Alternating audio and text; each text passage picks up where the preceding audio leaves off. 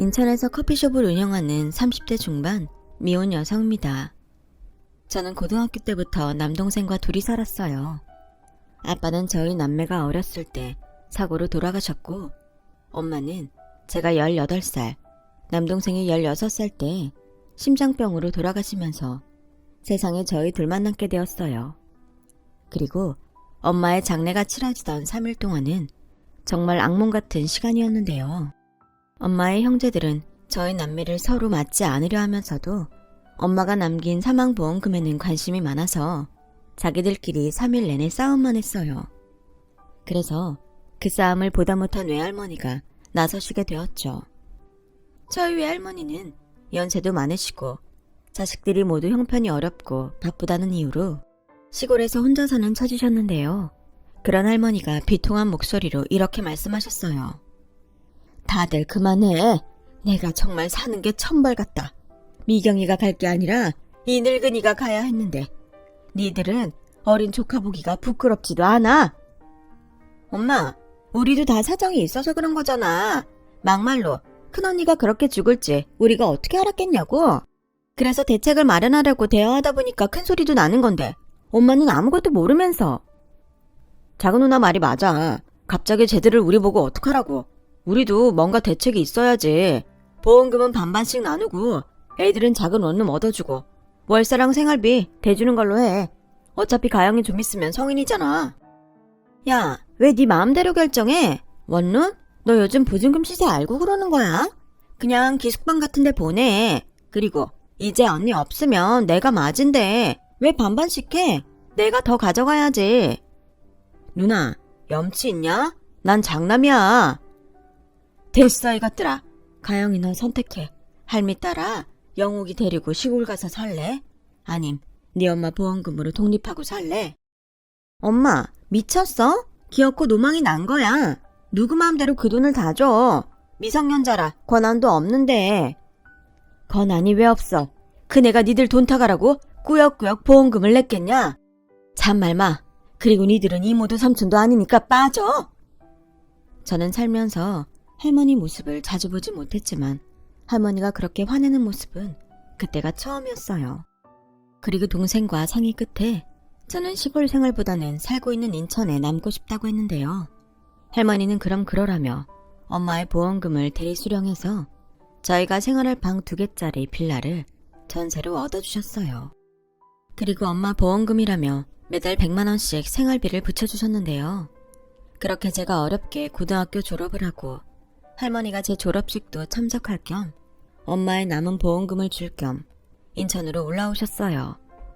그런데 전에 봤을 때보다 할머니 안색이 많이 안 좋으셨는데요. 할머니, 어디 아프신 데라도 있어요? 얼굴색이 안 좋으세요. 이 나이에 아픈 데가 없으면 그게 이상하지. 아이고, 우리 강아지들 엄마도 없이 우째 살았어. 많이 힘들었지? 할미라도 건강하면 자주 올라올 텐데. 아니에요. 그래도 할머니가 생활비도 주시고 쌀이랑 반찬도 보내주셔서 저희 걱정 없이 살았어요. 아, 그리고 지난 기말에도 영옥이가 전교에서 1등 했어요. 누나, 뭘 그런 걸 말해. 왜? 네가 잘해서 1등 했는데 자랑해야지. 그래, 누나 말이 맞다. 아유, 우리 손자 대견하네. 니들은 어릴 때도 참 야물딱졌지. 어린 것들이 아빠 보고 싶다는 소리도 안 하고 엄마 힘들게도 하지 않더니 이렇게 부모가 없어도 잘 커져서 할미가 너무 고맙다. 자, 생각난 김에 줘야지. 잠시만 있어라. 할머니는 그렇게 말씀하시고 당신이 가지고 온 아이스박스에서 돈 뭉치를 꺼내셨어요.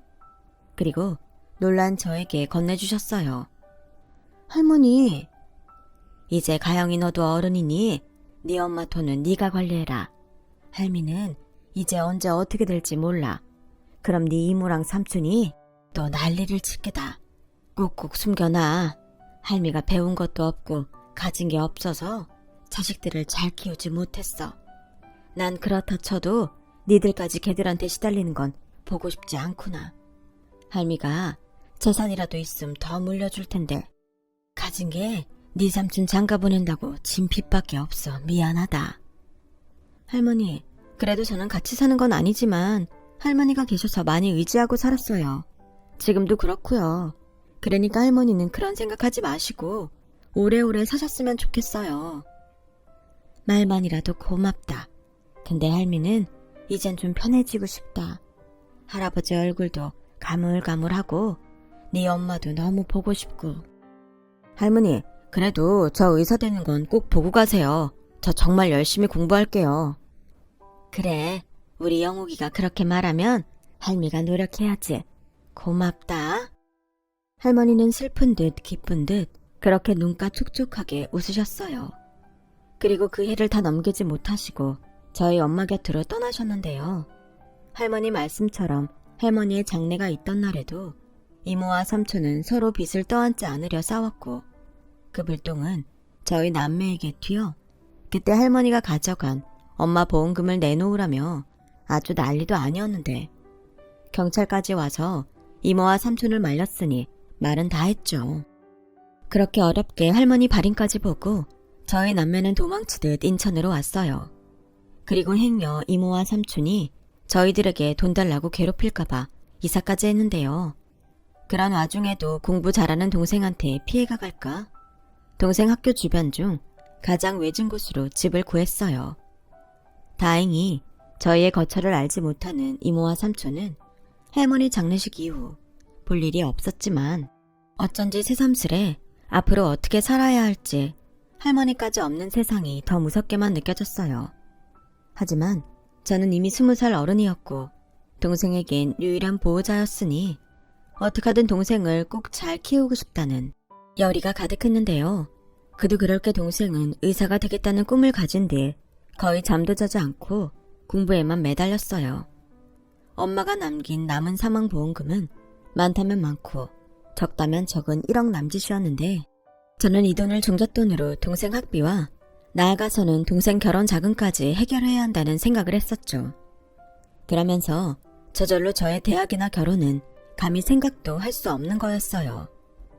동생은 자기 대학 자금은 자기가 알아서 할 테니 일단은 그 돈으로 대학을 가라고 했지만 저는 대학이 아닌 돈을 벌고 싶었어요. 이미 엄마가 돌아가시고 학교에 다니면서 커피숍 아르바이트를 하던 저였는데 몸에 익어서인지 작더라도 제 가게를 갖고 싶었죠. 그래서 나중에 쓰려고 제과제빵 자격증도 따고 바리스타 자격증까지 땄는데 어느 날 동생이 이렇게 말하더군요. 누나, 그럼 누나 가게를 내자. 나도 누나가 하루에 2-3개씩 알바하는 거 신경 쓰였어. 게다가 그 중에 하나는 야간 알바잖아. 내가 밤마다 누나 걱정을 얼마나 하는 줄 알아? 대학도 안 간다고 하고 취직도 안 한다고 하고 또 그런다. 내 선택인데 왜 자꾸 그렇게 말해? 그리고 지금 당장은 돈이 없어서 돈 모으려면 어쩔 수 없어. 야간 알바가 그나마 쏠쏠한데 그걸 어떻게 그만두냐? 네가 말하지 않아도 5년 안에 내 가게 차릴 거니까 염려 마. 그러지 말고 엄마 보험금 있잖아. 그걸로 해. 야, 그건 안 되지. 그 돈이 어떤 돈인데. 그리고 그 돈은 다 쓸 때가 있어. 의대 등록금 장난 아니라며. 그건 내가 알아서 한다니까. 됐어. 넌 그냥 공부만 해. 변변한 학원도 못 보내서 누나가 얼마나 속상한데. 그런데 안 다녀도 나 잘하거든? 그래, 너 잘났다. 그래도 안 돼. 누나 일은 누나가 알아서 할 테니 너나 신경 쓰셔. 싫어. 누나 계속 그럼. 나도 이제 공부 안 해. 내가 의대 안 가면 그 돈 쓸 때 사라지는 거지? 야, 너 지금 그걸 말이라고. 그럼 누나가 가게에서 나 학비 대줘. 그럼 되잖아. 나도 가끔 머리 식히고 싶을 때 가게 알바도 좀 시켜주고. 난 우리 누나가 사장님 했으면 좋겠다. 우리 누나가 만든 스콘이랑 쿠키 짱 맛있는데. 동생은 그렇게 자기 생각만 하는 저를 설득했어요. 저도 동생 말처럼 하고 싶지 않았다면 거짓말이고요. 그래서 동생한테 빚진다는 마음으로 저는 나름 역세권에 10평도 되지 않는 카페를 차리게 되었죠. 하지만 우리나라에 치킨집보다 더 많은 게 카페라고 브랜드도 아닌 작은 저의 가게는 반년이 지나도록 적자였고 저는 열심히 노력했지만 동생 볼 낯이 없어 괜히 가게를 차렸나? 시간을 되돌리고 싶은 심정이었어요. 그래서 딱 계약 기간만 하고 접자고 생각했는데요. 사람이 죽으라는 법은 없다고 카페를 차린 지 1년이 되어갈 즈음 조금씩 사정이 나아졌어요. 나름 단골도 생겼고 제가 만든 케이크 맛있다며 따로 라운드 케이크를 주문하는 손님도 생겼는데 그때부터는 카페가 곧잘 됐어요. 저녁에 마감하며 그날 매출을 계산하는데 한 달 그렇게 꼬박 장사를 하고 정산을 하는데 정말 눈물이 다 날 정도였어요. 많이 벌어서 그런 게 아니라 매달 돈을 까먹는 제 가게였는데 처음으로 남는 장사를 했다는 기쁨에 고생한 지난날이 주마등처럼 스쳐서 눈물이 났어요. 그 후 저는 알바도 없이 오전 10시부터 밤 11시까지 혼자 가게 운영을 했는데요. 친구들은 하루 종일 일만 해서 힘들겠다고 했지만 손님이 많아지니 커피 만드는 일도 빵 굽는 일도 신이 나서 힘든 줄도 몰랐던 것 같아요. 그렇게 저는 돈을 벌어 동생 대학 등록금을 마련했어요. 동생은 말은 하지 않았지만 혼자 고군분투하며 공부를 했고 마침내 꿈같은 서울의 모 유명 대학에 의예과에 입학했어요. 옛날 말로 개천에서 용난다고 하잖아요. 제 동생은 그런 용이었던 거예요. 그리고 동생 대학 첫 등록금을 내던 날, 그날은 먼저 떠난 부모님 생각이 그렇게 나던지 아마도 그동안은 의식하지 않으려 했지만 나름 공부 잘하는 동생을 끝까지 잘 건사해야 한다는 압박감이 있었다는 걸 깨달았죠. 그래서 착하고 공부 잘하는 동생이 고마웠고 또 저 스스로도 보람되던 때였는데요. 동생은 그 뒤 그게 끝이 아니고 시작이라고 알려주듯 더 바빠졌어요. 그리고 생각했던 것보다 의대 등록금은 정말 놀랄 정도로 비쌌기에 한 학기 등록금을 내면 다음 학기 등록금 준비에 정신을 바짝 차릴 수밖에 없었는데 저도 티를 내지 않는다고 했음에도 동생은 등록금을 낼 때면 잘 하지도 않는 전화를 해서 부담을 줘서 미안하다고 했어요. 누나, 등록금 많이 부담스럽지? 내가 시간이 있으면 과외라도 할 텐데. 야, 네가 무슨 과외를 해? 그럴 시간 있으면 잠이라도 더 자. 내가 언제 너한테 돈 걱정하라고 했어? 그때 네가 그랬잖아. 가게에서 네 등록금 대라고. 요즘 누나 카페 엄청 잘 돼. 그러니까 넌 아무 걱정하지 말고 공부만 해라. 내가 그때 그렇게 말은 했지만 등록금이 이렇게 비쌀 줄 몰랐지. 근데 누나, 조금만 기다려. 인턴하면 월급 나오니까 내가 누나 고생한 거 다 갚아줄게. 됐어. 너랑 내가 남이냐? 누나 고생하지도 않았고 너한테 받을 것도 없어. 그러니까 부담 갖지 말고 편하게 너 하고 싶은 공부해. 네가 의사가 꿈이라고 해서 말리지 않았지.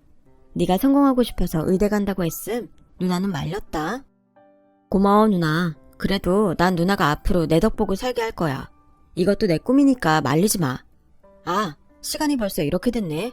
누나, 나 공부하러 들어가야 해. 알았어. 공부도 좋지만 몸 잘 챙기고 잠은 되도록 집에서 자. 도서관에서 쪽잠 자는 것도 하루 이틀이지. 알겠어. 누가 잔소리 마녀 아니랄까봐. 나 전화 끊는다. 동생은 지가 걱정돼서 잔소리가 많아지는 저를 언제부턴가 잔소리 마녀라고 불렀어요. 하지만 그게 끊고 싶어도 끊어지지 않는데 엄마들이 왜 그렇게 자식들에게 잔소리를 하는지 알겠더라고요. 그 후 동생은 1년 2학기를 마치고 군대에 갔어요. 그리고 표는 내지 않았지만 내심 동생이 군복무하는 동안 등록금 마련이라는 부담감에서 조금은 해방될 수 있어 그때 돈을 좀 모아놓자 싶었어요. 그리고 동생이 복학할 즈음이 되자 친구들은 하나둘 연애를 시작하더니 빠른 친구는 결혼 소식을 알려주기도 했는데요. 이상하게 그게 하나도 부럽지 않았어요. 친구들은 그런 저를 보며 제가 너무 동생만 바라보고 살아서 그런 거라고. 그러다 나중에 동생 장가가면 어떡하려고 그러냐며 핀잔을 주기도 했는데 저는 동생이 좋은 짝을 만나 가정을 이루고 행복하게 산다면 그것도 나름 좋을 것 같았어요. 그리고 몇 년 뒤 동생에게 만나는 여자가 있다는 소리를 듣게 됐는데요. 그때가 동생이 의대를 졸업하고 인턴 생활을 하던 중이었어요. 정신없이 바쁘다고 집에 올 시간도 없어서 서울에 방까지 얻어 사는 동생이었는데 뭔가 기분이 좀 이상하더라고요. 서운한 감정이라면 그럴 수도 있고 연애를 시작한 동생이 병원 일과 연애를 둘 다 잘할 수 있을까? 걱정도 되었는데 무엇보다 가장 걱정이고 궁금했던 건 동생이 만나는 여자가 어떤 여자인가 하는 거였죠. 저도 저지만 공부밖에는 할 줄 모르는 동생이 사람 보는 눈이 있을지 누나로서 걱정이 됐거든요. 하지만 그렇다고 동생 앞에서 그런 내색은 할 수 없었어요. 행여 동생이 누나가 싫어한다는 오해를 하면 안 되니까요. 그래서 그저 속으로 좋은 사람을 만나고 있길 바랄 뿐이었죠. 그러면서 언젠가 동생이 저에게 여자친구를 보여주겠지 하는 생각을 했었는데요. 동생이 바빠서인지 그런 날은 몇 년이 지나도 오지 않았어요. 그 사이 응급실 레지던트가 된 동생은 더 정신없이 사는 듯 전화 연결도 잘 되지 않았는데 그래서 내심 여자친구와 헤어졌나 하는 생각을 했었네요. 그런데 제 생일날 어떻게 휴가를 받았는지 동생이 밥을 사주겠다고 했고 저는 너무 궁금한 연애 소식부터 물어봤어요.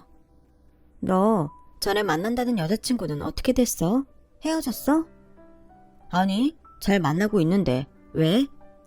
아니, 네가 하도 바쁘고 여자친구 얘기를 안 해주니까. 그럼 벌써 몇 년을 만난 거야?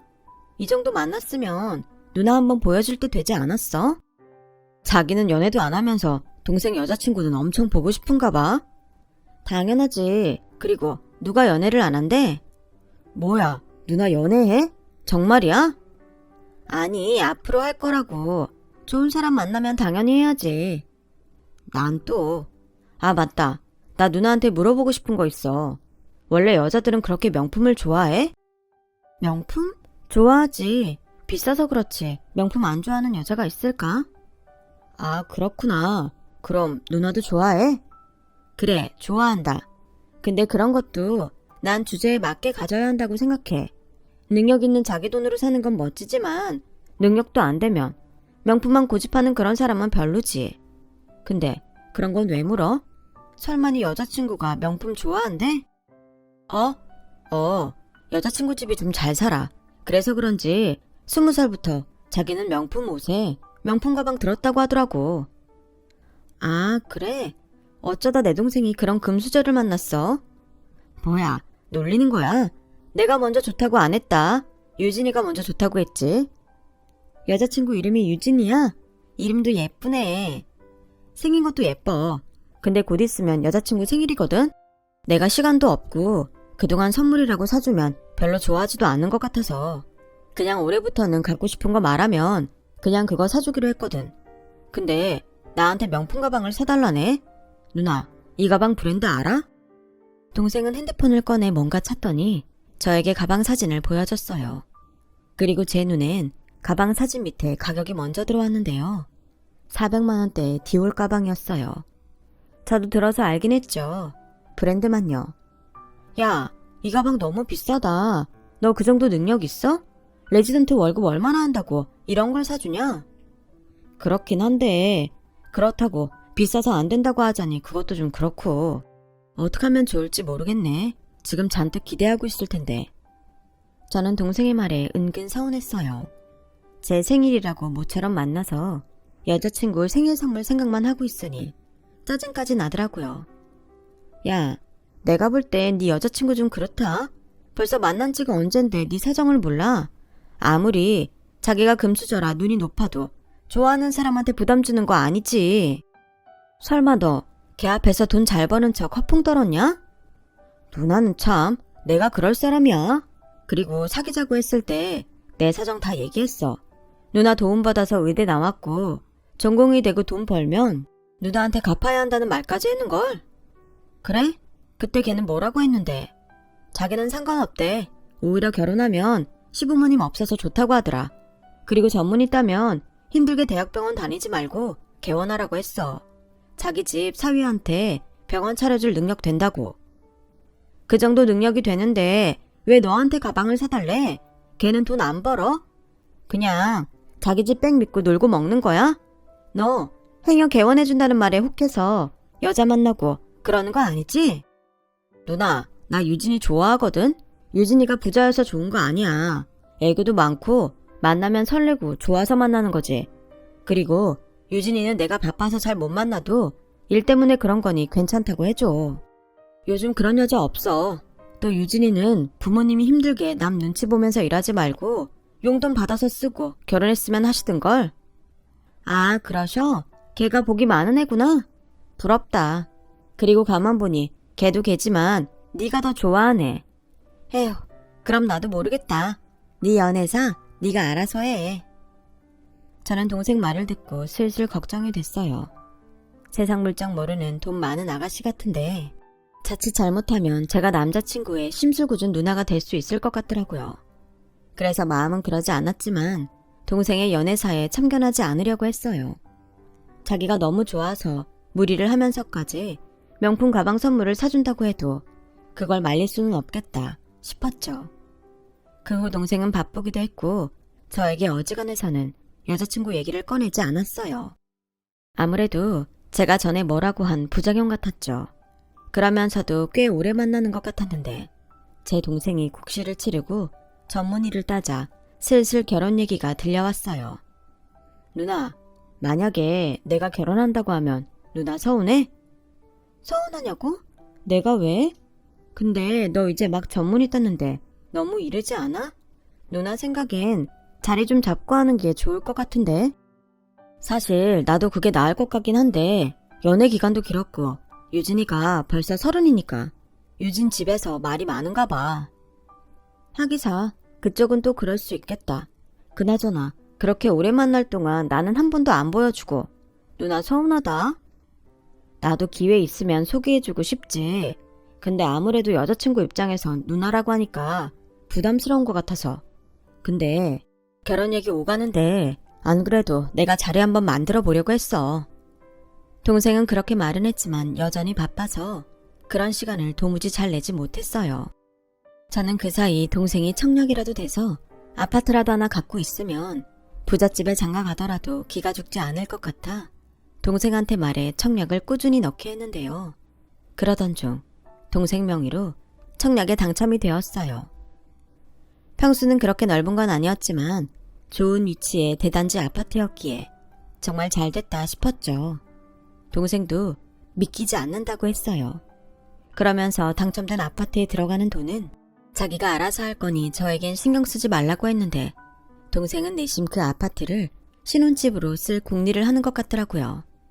그리고 아파트 청약이 된 뒤 동생은 아파트가 지어지는 기간을 기다렸다가 결혼을 하자고 여자친구와 말이 된 것 같았고 그 사이는 대학병원에서 근무를 했는데 의사가 되기는 어려워도 전문의까지 된 동생은 거짓말처럼 벌이가 많아지니 씀씀이도 커졌어요. 글쎄 저에게도 명품 가방을 턱 하고 사주는데 보기보다 은근 제가 잘해도 되나? 걱정이 되더군요. 야, 뭐하러 이런 비싼 가방을 샀어? 누나, 그냥 받아. 누나가 힘들게 내 뒷바라지 했는데 누나도 이제 누리고 살아야지. 그러지 말고 내가 누나 차 한 대 사줄까?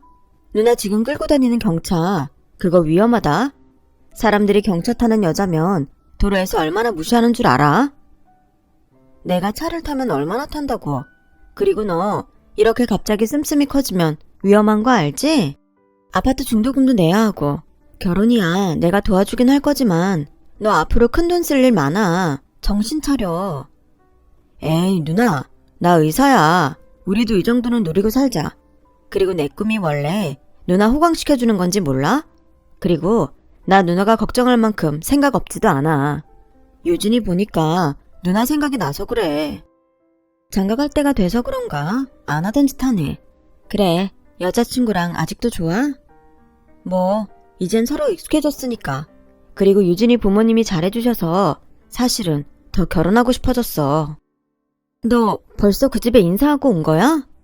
그럼 유진이랑 만난 지가 언젠데. 생신 때도 인사드리고 명절에도 인사 갔어. 너 명절에 바쁘다고 집에도 못 왔잖아. 아, 그냥 잠깐 짬내서 밥만 먹고 왔어. 저는 동생 말에 기분이 상했어요. 그리고 아무리 좋게 생각하려 해도 동생이 만나고 있다는 여자가 좀 괘씸하게도 느껴졌는데요. 왠지 부모도 아니고 누나라 무시당하는 그런 기분이 들었거든요. 그렇다고 이제 와서 나는 그 여자가 마음에 들지 않는다고 말하는 것도 별로 같았고 엄한 화살은 동생을 향했죠. 동생이 가운데서 역할을 잘해야 하는데 아무래도 할 줄 아는 게 공부밖에 없었으니 자기 여자친구한테 휘둘리고 있는 것 같았어요. 게다가 보름에 한 번 정도는 제가 동생 자취방에 반찬 같은 걸 가져다 주는데 척하면 척이라고. 여자친구라는 애가 동생 집에 드나들고 있다는 걸 쉽게 알 수 있었어요. 자기 물건이 아무렇지 않게 널려 있는데 남자친구 집 치워주기까지는 바라지 않지만 자기 물건까지 어지르고 가는 경우는 또 뭔지 헛웃음이 나오더군요. 결혼 후에 둘이 어떻게 살지 안 봐도 비디오 같았어요. 그렇게 얼굴도 보지 못한 채 동생의 여자친구가 조금씩 마음에 들지 않았는데 결정적인 일이 벌어졌죠. 그때는 아침에 오픈 준비를 하는데 처음 느끼는 복통에 동생에게 가장 먼저 전화를 하게 됐고 동생이 보내준 구급차에 실려 동생이 일하는 병원 응급실에 갔는데요. 아무래도 위경련의 원인은 너무 다양해 검사를 하는 게 좋겠다고 했어요. 그날이 다행히 동생이 오프라 고맙게도 제 곁에 있어줬는데 동생이 아무리 사정을 말해도 동생의 여자친구는 오픈날 자기를 만나지 못한다는 동생에게 화가 났는지 계속 독촉 전화를 하는 것 같았어요. 최영욱, 그러지 말고 병원에서 보자 그래. 이참에 나도 같이 보게. 누나, 그래도 그건 좀... 왜? 어차피 둘이 결혼한다며. 내가 일부러 말하지 않으려고 했는데 나 솔직히 이건 아니다 싶은 거 많아. 내가 아무리 부모도 아니고 누나라지만 무시당하는 것 같아서 기분 나쁘다고. 에이, 누나 왜 그래? 그냥 유진이가 철이 없어서 그래. 알잖아. 내가 바빠서 데이트할 시간도 없고 분명 오픈날이라고 이것저것 하고 싶었을 텐데 자기 딴에는 서운해서 그런 거야. 누나가 좀 이해해줘. 아이고, 공자 선생님 나으셨네. 누나가 한 번만 말하는데 너 걔한테 너무 휘둘리지 마. 괜히 신우이 짓 한다는 소리 듣고 싶지 않아서 참고 있지만 결국엔 결혼하면 한 식구인데 이럼 너나 걔나 다 불편하다. 알겠어. 내가 중간에서 잘할게. 그리고 유진이한테도 잘 얘기할게. 누나 마음 풀어. 가뜩이나 위경련 온 사람이 뭘 그렇게 예민하게 굴어. 내가 그러고 싶어 그러냐? 잘하라고. 엄마가 돌아가시고 동생과 단 둘이 살면서 그래도 저는 혼자가 아니라 둘이라고 생각했는데 그날은 어쩐지 저만 편이 없는 것 같았어요. 친구들 결혼하고 애 낳아도 부럽다고 생각한 적 없던 저였는데 몸이 아프니 마음도 약해지는 것 같았어요. 게다가 제 앞에서 막무가내로 자기 여자친구를 감싸는 동생을 보며 마음도 썩 유쾌하지 않았는데요. 그렇게 몇 달 후 드디어 올 것이 왔어요. 동생이 바빠서 얼굴은 못 보고 전화로 상견례 얘기를 꺼냈거든요. 아직 아파트 완공되려면 멀었는데 뭘 그렇게 서둘러. 난 아직 걔 얼굴도 못 봤는데. 그거야. 유진이보다 내가 바빠서 그러지. 그렇다고 초면에 나 빼고 둘만 만날 수 있어? 그것도 좀 이상하잖아. 근데 유진이네 집에서 마음이 좀 급하신가 봐. 일단 결혼 날짜라도 미리 잡자고 하시네. 뭐 예상하지 못한 일은 아니니까. 근데 상견례 전까지 정말 시간 안 돼? 누나가 밥 한 끼 사줄 테니까 여자친구랑 좀 보자. 미안. 요즘 수술이 너무 많아서 시간 내기가 힘들어. 벌써 집에도 한 달째 못 들어갔다. 그래도 내가 최대한 시간 내볼게. 저는 어쩐지 동생이 연애를 시작한 후 동생과 예전처럼 좋게 지내지 못하는 것 같아 내심 미안했어요. 제가 자꾸 여자친구에 대해 안 좋게 얘기를 해서 동생이 저를 불편해하나 싶기도 했고요. 그래서 어쨌든 우리 집 식구가 될 사람이니 좋게 생각하고 동생이 결혼하면 더는 동생에게 신경 쓰지 말고 저도 제 인생을 좀 즐기며 살자고 생각했는데요. 그래도 결혼이라는 게 제가 경험이 없어 그런지 마냥 쉽게 넘길 일은 아니더군요. 저는 먼저 결혼한 친구들에게 물어 결혼 전에 뭘 준비하면 좋을지 또 예산은 얼마를 잡을지 물어봤는데 제가 상의하려고 연락을 하면 동생은 무조건 저는 신경 쓰지 않아도 된다고 했어요. 결혼은 자기 힘으로 할 거니 저는 그냥 참석만 하면 된다고요. 그런데 누나인 제가 어디 그럴 수 있나요? 또 상대 집이 그렇게 부자라면 저라도 동생 기죽지 않게 뭐라도 더 해줘야 한다는 생각만 커졌는데 그렇게 동생 여자친구도 보지 못한 채로 상견례 날짜가 잡혔어요. 누나, 미안해. 시간이 딱 상견례 날짜밖에는 어려워서. 여자친구도 결혼 전에 해둘 게 있다고 요즘은 좀 바쁘고. 알겠어. 네 여자친구는 상견례 때 보면 되니까 너무 신경 쓰지 마. 그나저나 상견례 때 입고 갈 제대로 된 양복은 하나 있어야 하지 않아? 누나가 사줄 테니까 병원 근처에서 잠깐 보는 것도 안 돼? 여기 근처엔 그런 거 파는 데도 없어. 그리고 나 양복 있어. 전에 유진이가 생일 선물로 백화점에서 사줬거든. 어머, 그랬어? 걔도 참.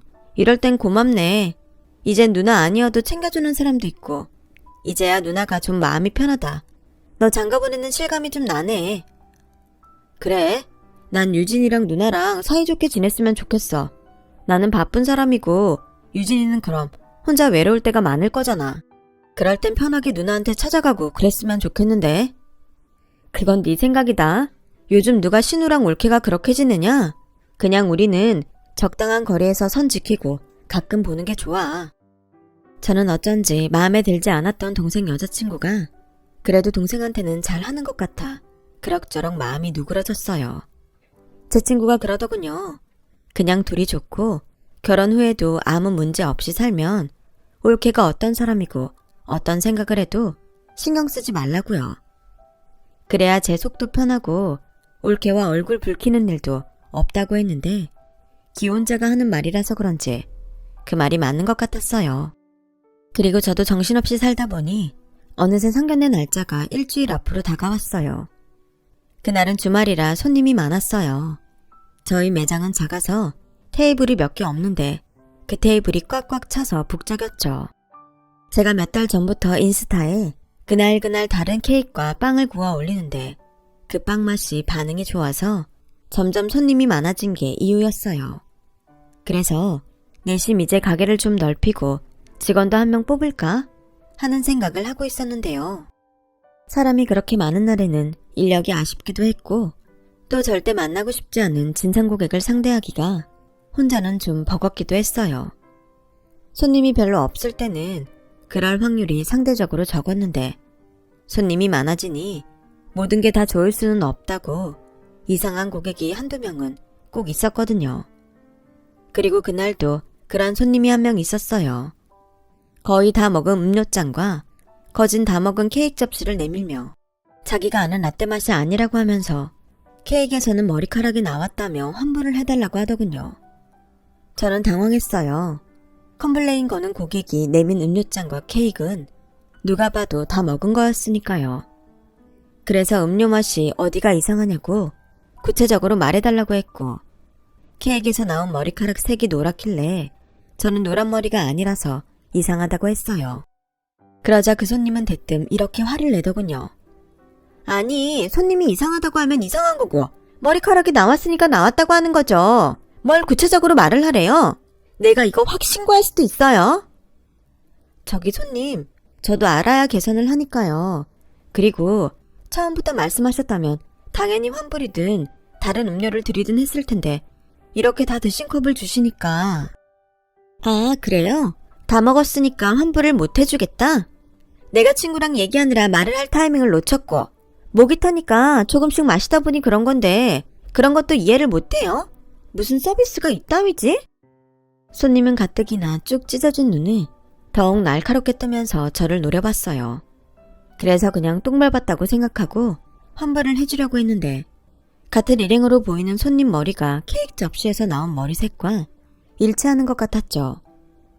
저기 손님, 제가 음료값은 환불해 드릴게요. 그런데 케이크에서 나온 머리카락은 아무래도 일행분 머리카락 같네요. 뭐라고요? 이봐요. 이깟게 얼마나 한다고 치사하게 굴어요? 제 친구 머리카락이라고요? 손님도 보세요. 아무리 봐도 저분 머리카락 맞잖아요. 그러니 케이크는 다 드시기도 했고 음료값만 드릴게요. 나 참 기가 막혀. 됐고요. 그럼 음료값 안 받을 테니까 다시 만들어줘요. 저는 그 여자의 요구사항이 이상하긴 했지만 얼른 가길 바라는 마음에 음료를 만들어줬어요. 그러자 그 진상 손님은 뭐가 재밌는지 친구랑 시시덕거리며 웃고 있었고 제가 음료를 테이크아웃 잔에 담아서 주니 그 진상 손님은 그 잔을 받아 뚜껑을 열더니 그 음료를 저에게 냅다 뿌리는 거예요. 어머, 손님! 왜? 이제야 정신이 좀 들어? 요즘 장사 좀 되니까 손님이 아주 우습게 보이지? 너 그러다 큰 코 다친다. 그냥 좋게 환불해달라고 하면 네네 하고 해줄 것이지. 무슨 토가 그렇게 많아. 내가 여기 사장 인성 더럽고 커피 맛도 이상해졌는데 케이크에서는 머리카락 나왔다고 인터넷에 올려봐? 손님, 저야말로 이게 무슨 짓인지 모르겠네요. 억지를 부려도 유분수죠. 이게 무슨 짓이에요? 인터넷에 올린다고요? 올려요. 나도 진상 손님이라고 손님 사진 올릴 테니까요. 뭐야? 죄송하다고 사과는 못할 망정. 너 내가 누군지 알아? 여기 가게 우리 집에 말하면 한 방에 망하게 할 수 있어. 야, 우리 심심한데 얘 손 좀 보자. 아주 이 동네에서 쪽팔려서 장사 못하게 만들어야겠어.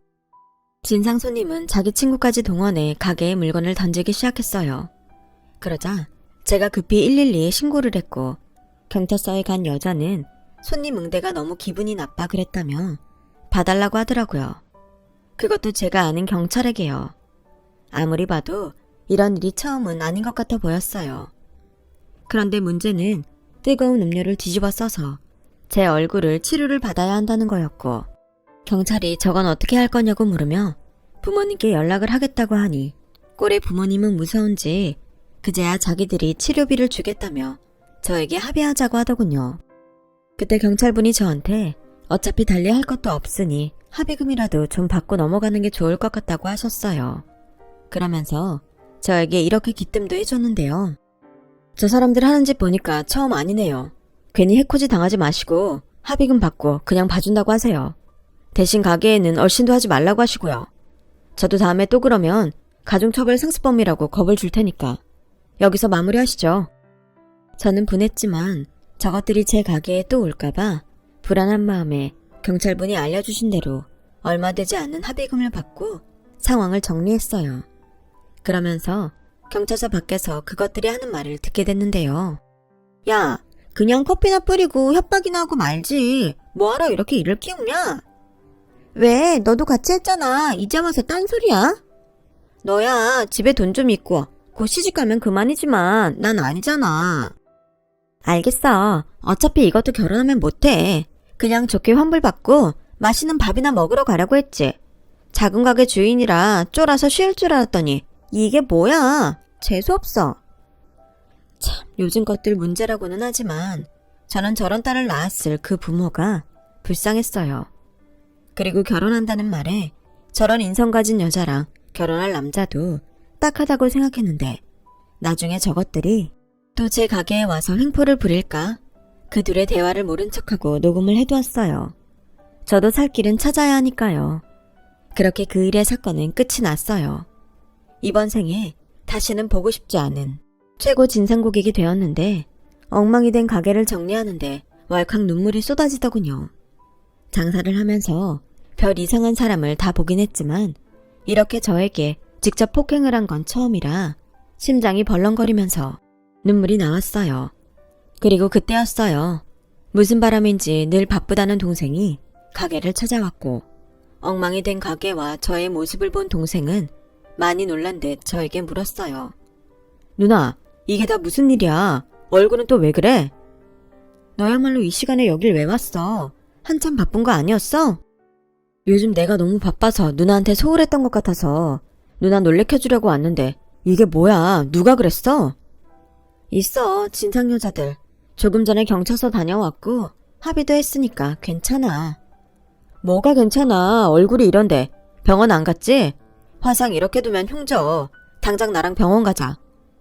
약국에서 대충 소독하고 연고 발랐어. 내가 반사적으로 잘 피해서 그 정도는 아니래.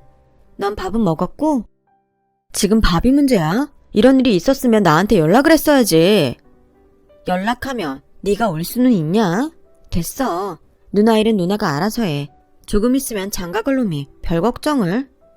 장가가면 뭐가 달라져? 매형이 생기기 전까지는 누가 뭐래도 내가 누나 보호자야. 저는 동생의 말에 내심 기분이 좋았어요. 사실 장가가면 이젠 지금처럼은 못 지낸다고 생각했는데 동생이 저렇게 말해주니 고맙더라고요. 그래서 동생은 화를 냈지만 저는 웃음이 나왔어요. 왜 웃어? 누나는 지금 웃음이 나와? 이제야 좀 안심이 돼서 그래. 어차피 걔들 쪽팔려서 여기 다시 못 와. 그나저나 누나도 아직 저녁 전인데 우리 오랜만에 치킨이나 시켜 먹을까? 이 와중에 치킨 생각이 나? 아무튼 나 자고 가도 되니까 맥주도 마시자. 오, 웬일로 바쁜 의사 선생님이 그렇게 시간이 돼? 나도 살아야지. 누나나 일어나. 여긴 내가 치울 테니까. 저는 그날 밤 진상 여자들 때문에 기분이 꿀꿀했지만 모처럼 동생과 치맥을 하며 즐거운 시간을 보냈어요. 그랬더니 최악의 하루도 그럭저럭 웃으며 보낼 수 있었고 곧 상견례 날이 되었어요. 저는 잔뜩 긴장되긴 했지만 나름 초면에 책 잡히지 않으려고 신경을 많이 썼어요. 생전 잘 사입지도 않는 정장도 한 벌 사입었고 오랜만에 미용실에 가서 머리도 했는데 날이 날이니만큼 부모님 생각이 많이 나더군요. 하지만 힘을 내기로 했어요. 제가 부모님 대신이라는 생각이 들었거든요. 그리고 약속 시간보다 일찍 도착한 저와 동생은 예약한 방에 자리를 잡고 앉았고 10분 정도가 지났을까? 인기척이 들렸어요. 아무래도 예비 올케와 사돈네가 도착한 듯 보였죠. 저는 그 자리에서 일어나 인사할 준비를 했어요. 그런데 동생의 예비 장인어른 뒤에 들어온 동생의 예비 신부 얼굴이 굉장히 낯이 익었어요. 화장이 좀 연해지긴 했지만 쭉 찢어진 그 눈은 분명 제가 얼마 전에 봤던 진상 여자가 분명했죠. 그 순간 저는 얼음이 되고 말았어요. 그러자 그 여자는 고개를 숙이고 있어서 저를 보지 못했는지 미소 띤 얼굴로 뒤늦게 고개를 들었고 얼음이 된 저를 보고 지도 똑같이 얼음이 되고 말았는데요. 저희 둘의 사정을 모르는 제 동생과 그 여자의 부모님은 서로 안부를 나누며 반갑게 인사를 나눴어요. 영욱이 오랜만이네. 잘 지냈어? 네, 어머니. 어머님도 그동안 잘 지내셨죠? 아버님도요. 그럼. 그리고 자네는 이제 사위 될 사람인데 영욱이가 뭐야? 최서방이라고 불러. 아유, 아들 같아서 그러지. 근데 누님은 어째 안색이 안 좋으신가? 무슨 일 있으세요? 안녕하세요. 초면에 죄송한데 안색이 안 좋은 건 그 댁따님도 마찬가지 같은데요. 네? 너 왜 그래? 여기 도착할 때까지도 신났었잖아. 그게... 내가 말할까요? 아니면 네가 말할래요? 누나, 왜 그래? 너 똑바로 들어. 나 이 결혼 반대야. 얼마 전에 우리 가게에 와서 난리치고 나한테 뜨거운 음료 부은 애 있지? 그게 쟤야. 뭐? 언니, 오해해요. 그러니까. 그러니까. 너 왜 그래? 음료를 부었더니 이게 다 무슨 말이야? 안사돈 분은 제 말과 자기 딸의 반응에 당황한 듯 말했어요. 그러자 아무 말도 하지 못하고 그 진상 여자는 고개를 푹 숙였고 그 상황을 빨리 정리하고 싶었던 제가 먼저 입을 열었어요. 그리고 경찰서에 가져가느라 저장해뒀던 그날 있었던 문제의 CCTV 영상을 그댁 부모님께 보여드렸고 경찰서 밖에서 합의해서 재수없다고 떠들던 음성 파일도 친절하게 들려드렸네요. 정말 숨이 막히는 고요가 흘렀어요. 제 동생도 충격이 큰지 여자친구에게 눈을 떼지 못하더군요. 그리고 믿을 수 없다는 듯 말까지 더듬으며 제 동생이 지 여자친구한테 물었어요. 너 원래 이런 애였어? 네가 우리 누나한테 뜨거운 음료 뿌린 거냐고. 그것도 모자라서 가게까지 엉망 만들고. 오빠, 그게 있잖아. 왜? 그런 짓을 할 만한 사정이라도 있나? 말해봐. 그런 짓 처음 아니지? 그깟 거 얼마나 하냐면서. 그러는 넌 그게 얼마나 한다고 그런 진상을 떠는데. 난 내 동생이 결혼한다고 하면 연을 끊었으면 끊었지. 절대 너 같은 올케 인정 못해. 제가 부들부들 떨면서 말을 하자 그쪽 엄마가 어쩔 줄을 몰라 했어요. 아무래도 제가 아닌 자기 남편을 더 무서워하는 것처럼 보였는데 바깥 사돈을 보니 무서운 얼굴을 하고 있긴 하더라고요. 아니, 저렇게 부모 무서운 줄 알면서 어떻게 밖에서는 그런 짓을 하고 다니는지 저는 더 이해할 수 없었어요. 그런데 정말 의외의 말을 그 바깥 사돈이 하더군요. 참 유감스럽습니다. 저희 애가 원래 그런 애는 아닌데 그래도 결혼만 허락해준다면 제가 채군한테 병원도 차려주고 돈 걱정하지 않게 잘해주겠습니다. 누님도 동생을 이왕이면 돈 많은 집에 장가를 보내는 게 좋잖아요. 저희는 의사사위 봐서 좋고 서로 좋게 했으면 합니다.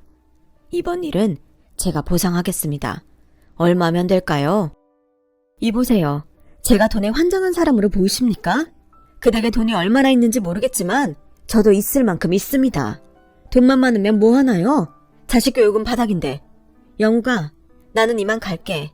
네 결혼이니까 네가 결정해. 네가 저런 쓰레기 같은 애랑 결혼한다고 하면 그땐 나랑 연 끊고 살자. 저는 할 말 다 해서 이만 갈게요. 누나. 언니, 제가 그때 난리친 거 정말 죄송해요. 가끔 너무 스트레스 받으면 저도 모르게 그러는데 반성 많이 하고 있어요. 결혼하면 절대 그러지 않으려고 생각하고 있었는데 제가 앞으로 평생 오빠한테도 언니한테도 잘할 테니까 한 번만 용서해 주시면 안 돼요? 응, 안 돼. 스트레스 받아서 그랬다고? 넌 의사랑 결혼할 게 아니라 의사한테 정신과 상담을 받아야겠네. 너 내가 경고하는데 다시 내 눈에 띄지 마. 그땐 합의고 뭐고 없으니까. 야, 네가 뭔데 그래? 누나면 다냐? 네가 엄마라도 되냐고. 반대를 한다고? 웃기고 있네. 누나면 동생 인생 좌지우지 해도 돼? 난 이 결혼 꼭 할 거야. 내가 의사 부인 자리 놓칠 것 같아? 결국 그거였어요. 그 여자는 제 동생의 의사라서 제 동생과 결혼하고 싶었던 거죠. 저는 순간 너무 화가 나서 제 앞에 있던 국그릇을 똑같이 그 진상 여자의 얼굴에 뿌려줬어요. 이건 네가 뿌린 음료보다는 덜 뜨겁네. 마음 같아서는 펄펄 끓은 뚝배기라도 던지고 싶지만 내일 일할 내 손이 아까워서 참는 줄 알아. 이봐요. 이게 대체 무슨 짓입니까? 아무리 우리 애가 잘못을 했다고 해도 이렇게 부모가 있는데 남의 딸한테 이러면 됩니까? 그 말씀은 부모가 없으면 밖에서 무슨 짓을 해도 된다는 소린가요? 부끄럽지도 않으세요? 남의 집에 시집을 보내시려면 적어도 최소한의 예의범절은 가르치셔야죠. 왜? 부모가 없다고 하니까 저희가 만만하셨어요? 제 말에 그 여자의 부모는 입을 꾹 다물었어요. 그리고 제 동생이 이만 나가자며 자리에서 일어났는데 아무래도 동생도 이 결혼은 못하겠다 결정한 눈치더라고요. 그러자 그 진상 여자는 제 동생 바지가랑이를 붙들고 매달렸고 제 동생은 아무 말도 하지 않고 그 손을 뿌리친 채 제 손을 잡고 상견례장을 나왔어요. 그 뒤 저나 동생은 집에 도착할 때까지 아무런 말도 하지 않았어요. 그저 깊은 한숨소리만 공간을 채웠는데 집에 도착하니 동생이 먼저 말을 꺼냈어요. 누나, 미안해. 난 정말 유진이가 그런 앤지 몰랐어. 그래, 설마 네가 알고도 걔랑 결혼하겠다고 했겠냐? 그때 너무 재수없고 화났는데 지금은 오히려 고마운 일인 것 같아. 그때 그 일 아니었음 모르고 너 결혼시킬 뻔했잖아. 지금은 속상해도 잊어. 사람도 자꾸 만나봐야 사람 보는 눈도 생기는 거야. 다음엔 너랑 더 어울리는 착한 여자 만날 수 있을 거고 너무 낙담하지 마. 저는 동생의 속이 어떨지 짐작도 되지 않아 주저리 말을 이어갔어요. 저도 저지만 만난 시간이 있으니 동생이 받은 충격도 대단할 것 같았거든요. 결혼까지 생각한 여자와 헤어지는 것이니 마음 정리할 시간이 필요하겠다 싶었어요. 동생은 그 충격인지 병원을 그만두고 여행을 갔어요. 그동안 병원 일하랴 결혼 준비하랴 자기를 돌볼 시간이 없었다고 좀 쉬고 싶다고 하더라고요. 저는 흔쾌히 그러라고 했네요. 저는 언제나 동생이 먼저인 누나니까요. 동생은 그 뒤 제주도에서 한 달 살기를 마치고 돌아와 살고 있던 전셋집도 정리하고 제가 사는 집으로 들어왔어요. 그리고 학교 선배의 도움으로 공동으로 병원을 개원하게 되었어요. 사실 제가 가게를 넓히려고 돈을 모으고 있었는데 지금도 충분한 것 같아 그 돈을 기꺼이 동생에게 주었어요. 동생은 받기 싫다고 했지만 투자라고 이자 쳐서 갚으라며 돈을 줬는데 부디 동생이 파혼의 상처를 잘 치료하고 새로운 환경에서 더 의미 있는 행복을 찾아갔으면 좋겠어요. 좋은 인연을 하루라도 빨리 만난다면 더없이 좋겠고요. 그리고 이게 무슨 일인지 모르겠지만 그 진상 여자가 난동을 부리고 간 이후에 동네에 소문이 났는지 단골들이 줄지어 와서는 괜찮냐며 저를 걱정해 주셨고 입소문도 많이 나서 장사가 더 잘 되게 되었는데 이렇게 된 걸 그 여자에게 고맙다고 해야 하는 건지 아이러니하네요. 누군가 저에게 이런 말을 해준 적이 있어요. 모든 교통사고는 다 재수가 없는 거라고요. 어쩌면 악연도 그런 교통사고 같은 게 아닐까 그런 생각이 들면서 두 번의 실수는 하지 않도록 배울 건 배우고 잊을 건 빨리 잊었으면 합니다. 아무튼 그 일 이후 저희 남매는 각자의 분야에서 더 열심히 살아가고 있어요. 성실하게 좋은 마음으로 살다 보면 언젠가는 인생의 진짜 짝을 만날 수도 있겠죠. 어쩌면 저에게도 그런 일이 있을지도 모른다는 기분 좋은 상상을 하며 제 이야기를 마치도록 하겠습니다. 지금까지 저의 이야기를 들어주셔서 대단히 고맙습니다. 언젠가 저도 기혼자가 된다면 행복한 사연으로 다시 사연을 보낼 수 있었으면 좋겠습니다. 항상 건강하시고 행복하세요. 감사합니다.